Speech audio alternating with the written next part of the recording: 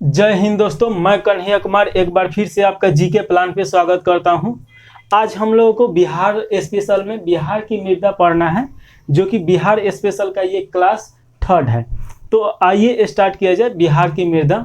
तो बिहार की मृदा समझने से पहले थोड़ा सा मिट्टी के बारे में समझना होगा कि आखिर मिट्टी होता क्या है। तो देखिए, पृथ्वी का जो धरातल स्थल है, जिसपे हम लोग देखते हैं महीन रेत टाइप का छोटा छोटा कण, उसी को मृदा बोला जाता है। लेकिन मृदा निर्माण का जो प्रक्रिया है बहुत जटिल है। मृदा निर्माण की प्रक्रिया हजारों करोड़ों वर्ष में ये पूर्ण होता है।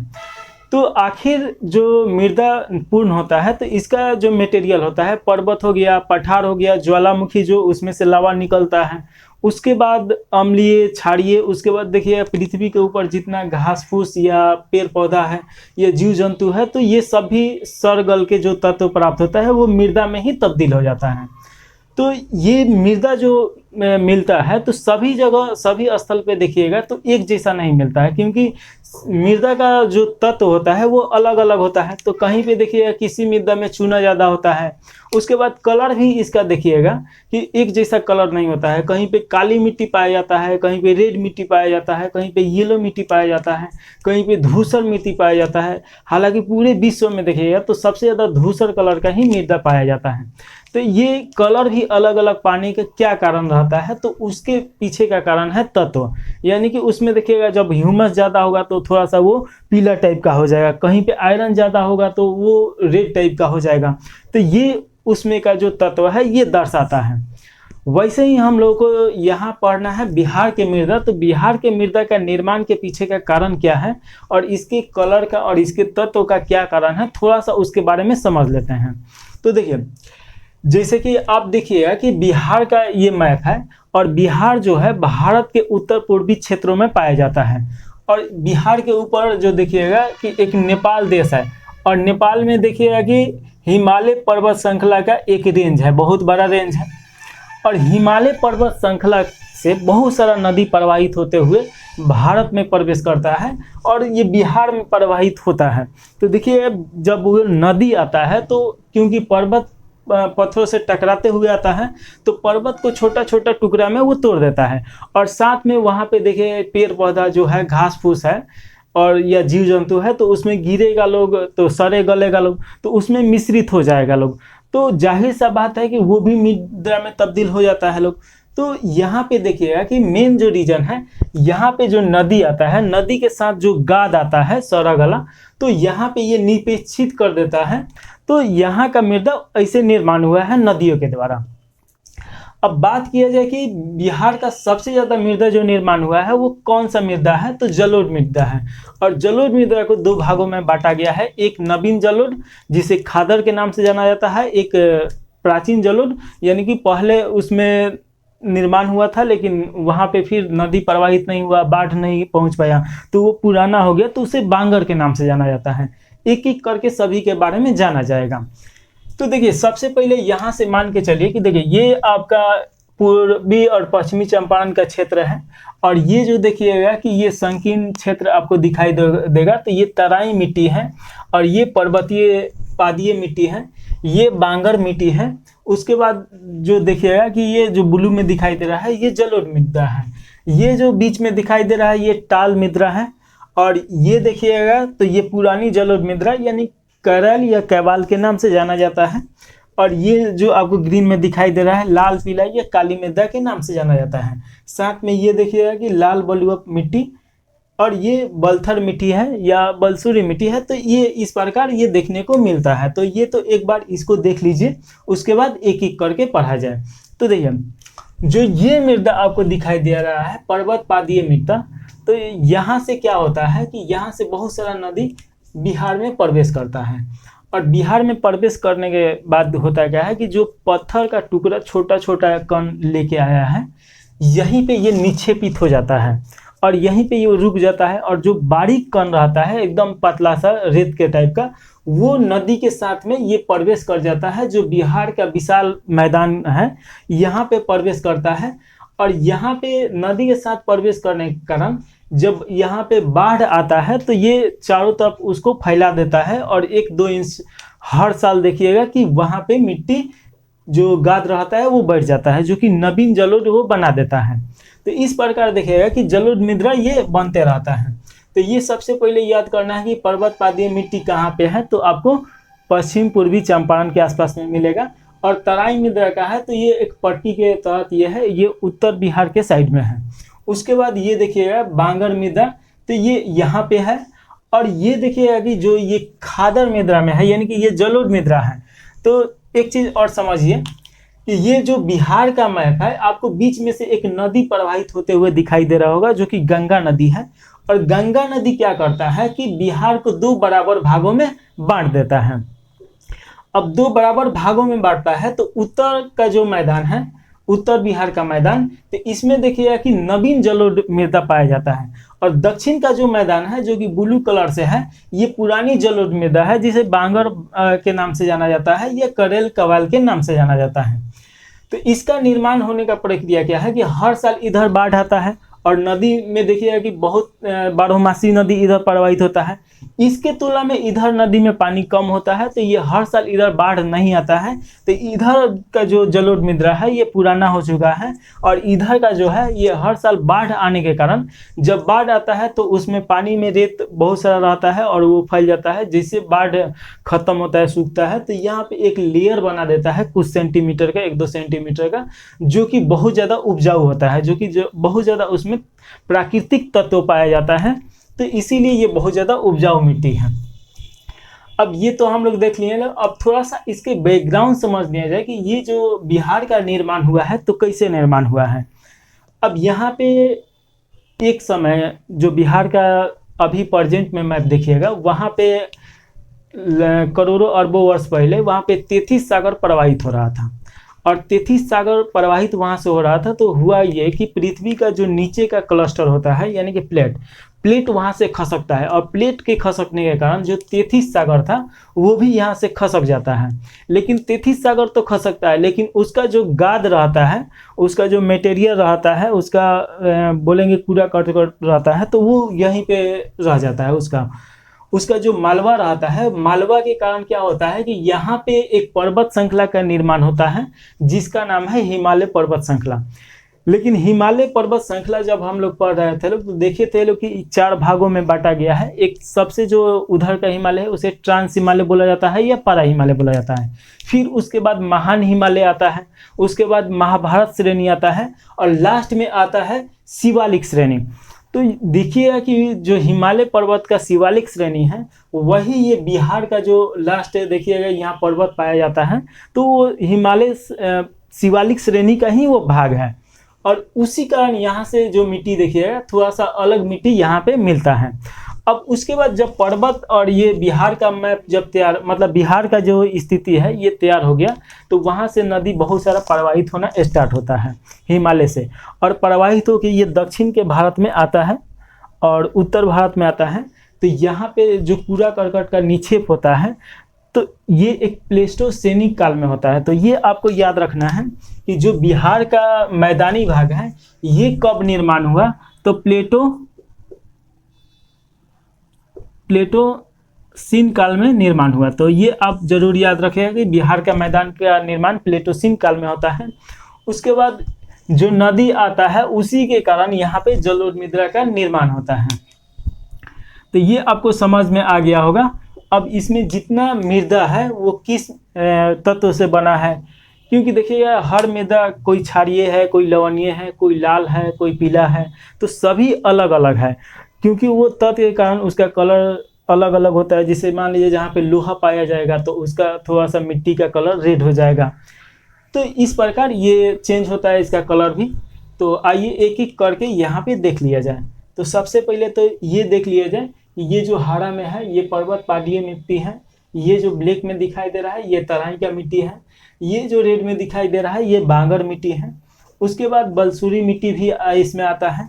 उसके बाद ये देखिए लाल पीला जो काली मिट्टी है ये ग्रीन कलर में है, और ये ब्लू कलर में जो दिखाई दे रहा है ये पुरानी जलोढ़ मृदा है, जिसे केरल कवाल के नाम से जाना जाता है। ये जो आपको ब्लैक में दिखाई दे रहा है ये बलथर मिट्टी है, थोड़ा सा ही क्षेत्र में है। ये लाल बलुआ पत्थर देखिएगा, तो इसमें कम उपजाऊ आपको दिखाई देगा, मतलब यहाँ पे उपजाऊ नहीं है, कम उपजाऊ है, और ये आपको ब्लैक में दिखाई देगा। एक चीज़ यहाँ से समझना है कि जो जलोढ़ मृदा है इसका जो मोटाई देखिएगा कि हर जगह बराबर नहीं है। इधर देखिएगा तो लगभग 250 मीटर से लेके 300 मीटर इसका मोटाई मिलता है, लेकिन कहीं कहीं पे देखिएगा जैसे गंगा का ये मैदान है तो गंगा के क्षेत्र में इसका मोटाई ज़्यादा हो जाता है। तो ये भी आपसे क्वेश्चन पूछ सकता है। अब यहाँ पे आप देखिएगा मोकामा हो गया इस साइड में, उसके बाद दरभंगा हो गया, तो वहाँ पे इसका मोटाई दक्षिण बिहार में बढ़ जाता है। लेकिन उत्तर बिहार का जब बात किया जाए तो उत्तर बिहार में इसका मोटाई बहुत ज़्यादा हो जाता है। सारण डिस्ट्रिक्ट हो गया, पटना डिस्ट्रिक्ट हो गया, मुजफ्फरपुर डिस्ट्रिक्ट हो गया, तो ये जो आपको संकीर्ण यहाँ से यहाँ तक दिखाई देगा, इसका जो मोटाई है कहीं कहीं पे 1000 मीटर से लेके 250 मीटर तक चल जाता है। तो ये आपको याद रखना है कि सबसे ज़्यादा जो जलोढ़ मृदा का जो मोटाई है वो किस क्षेत्र में पाया जाता है, तो सारण, मुजफ्फरपुर और पटना का जो क्षेत्र है, आप देखिएगा कि गंगा नदी के ये बैंक पे ही तीनों डिस्ट्रिक्ट दिखाई देता है। तो यहाँ का इसका मोटाई सबसे ज़्यादा है। और सबसे कम इसका मोटाई का बात किया जाए तो इधर का जो क्षेत्र है कैमूर का क्षेत्र हो गया, उसके आसपास में इसका मोटाई लगभग 150-200 मीटर के आसपास रह जाता है, क्योंकि ये पर्वत क्षेत्र पड़ जाता है। उसके बाद ये झारखंड का जो रूढ़ क्षेत्र है, नागपुर का क्षेत्र है, ये इधर थोड़ा उसका भी मिलता है, तो जिसके कारण ये रुखरा टाइप का है और पथरीला टाइप का है, तो वहाँ पे मिट्टी का मोटाई कम हो जाता है। तो ये आपको ज़रूर याद रखना है।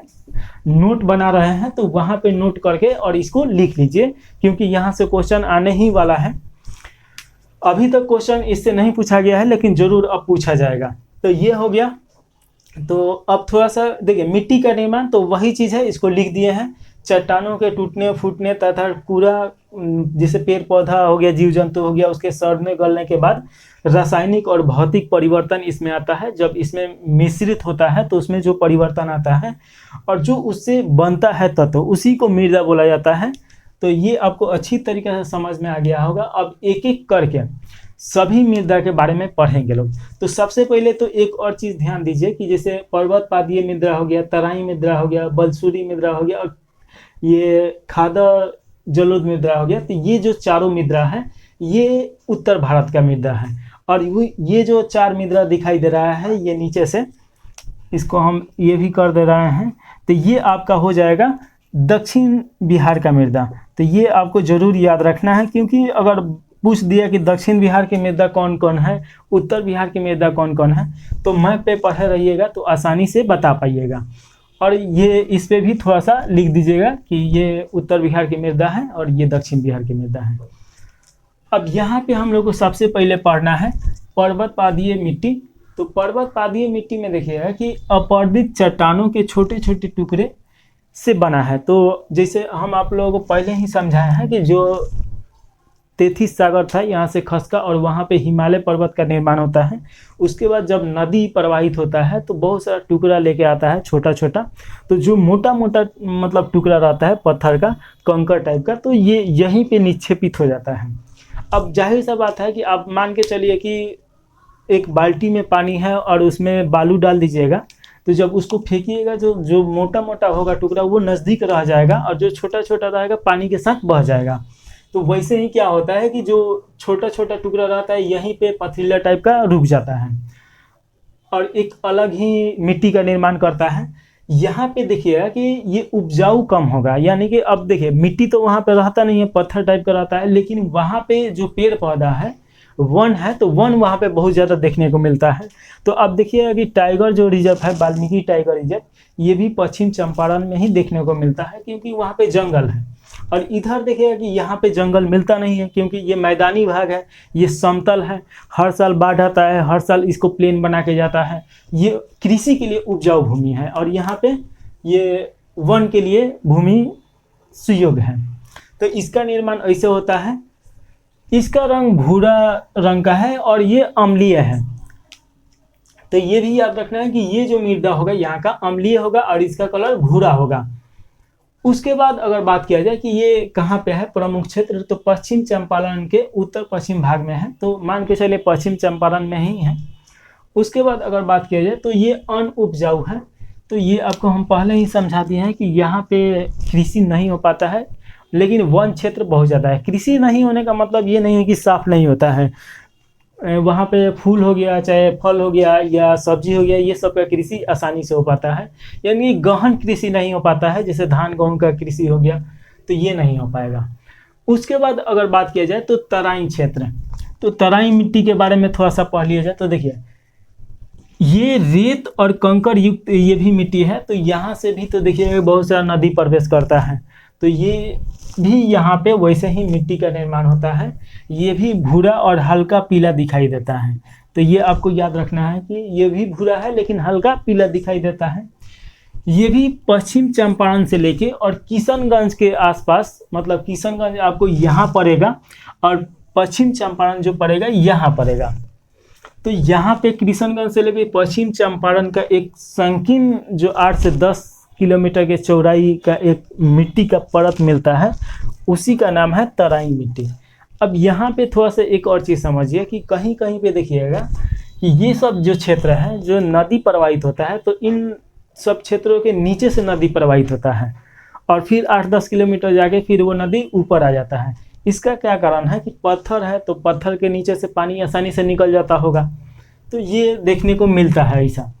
जब भारत का हम लोग पढ़ेंगे लोग मृदा, तो उसमें ज़रूर ये हम लोग पढ़ेंगे लोग कि यहाँ पे क्या होता है।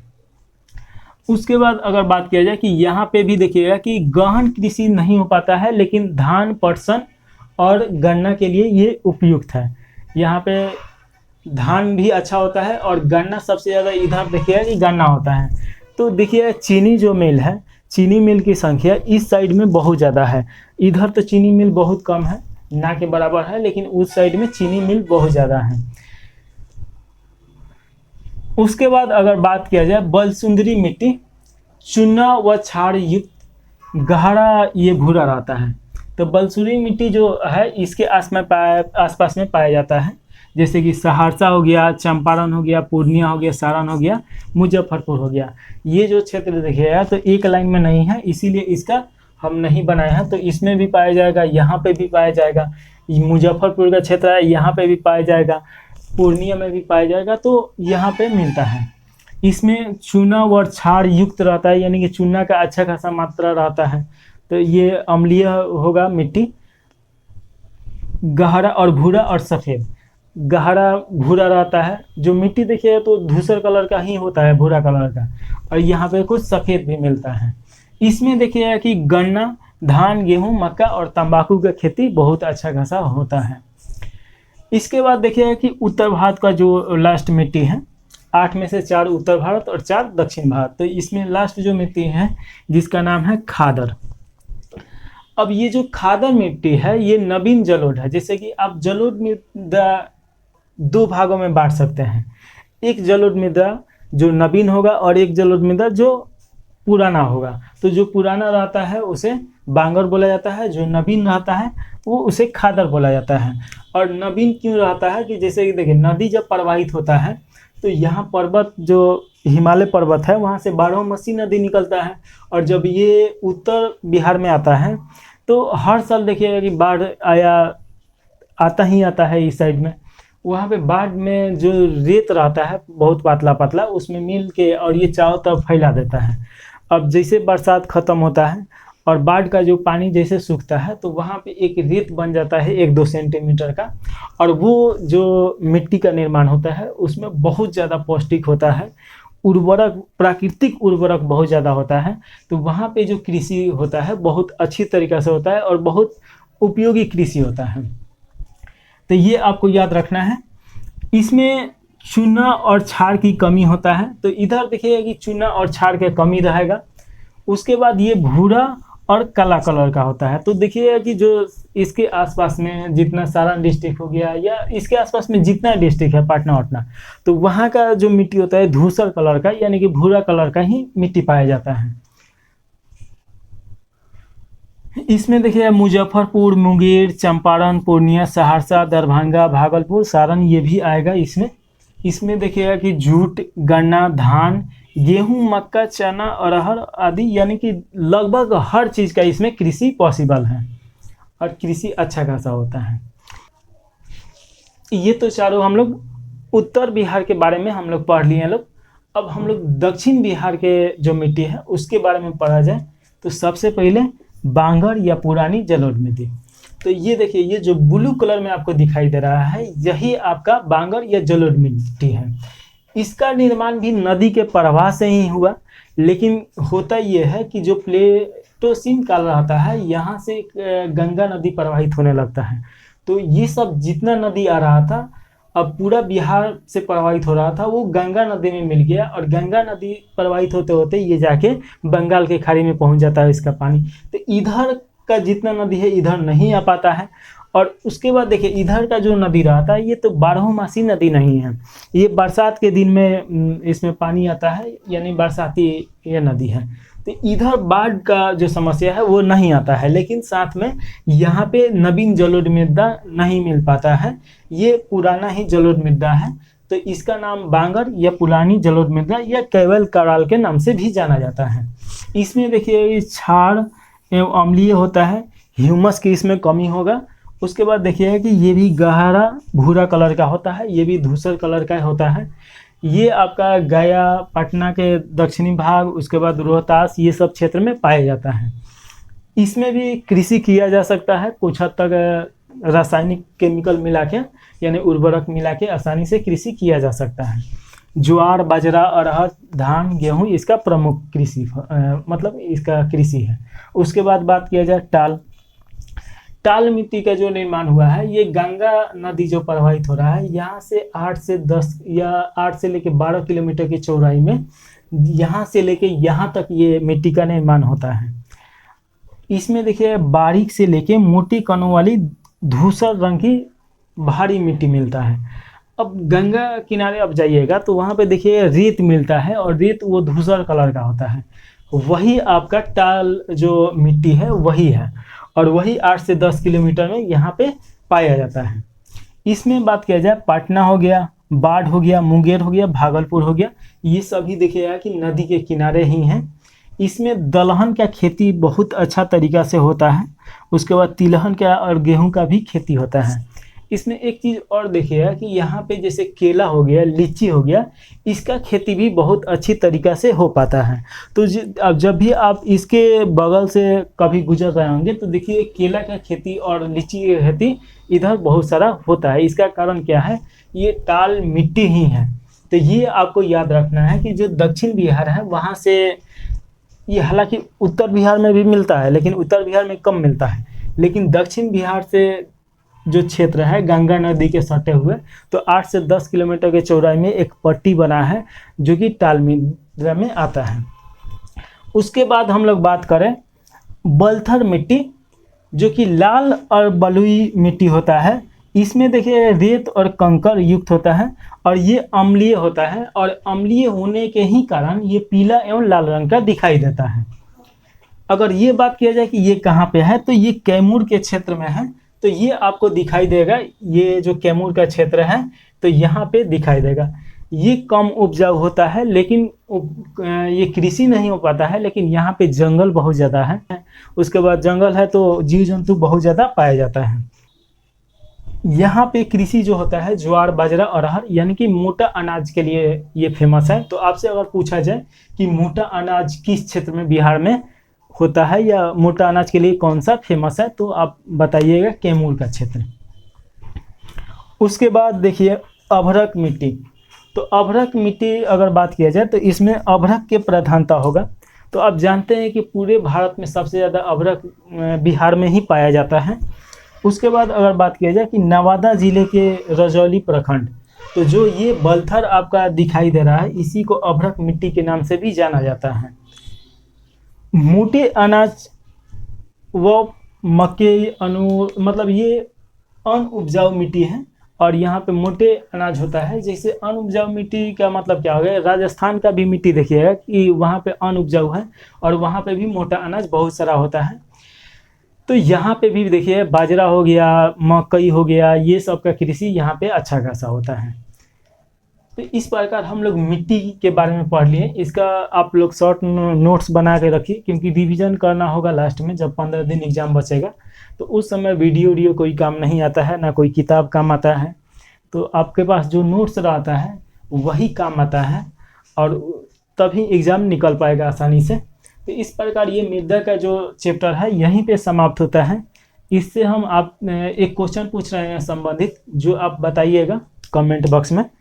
आपका क्वेश्चन है कि बिहार का ऐसा कौन सा क्षेत्र है जहाँ पे मोटे अनाज के लिए बहुत ज़्यादा फेमस है, इसका आंसर बताइए।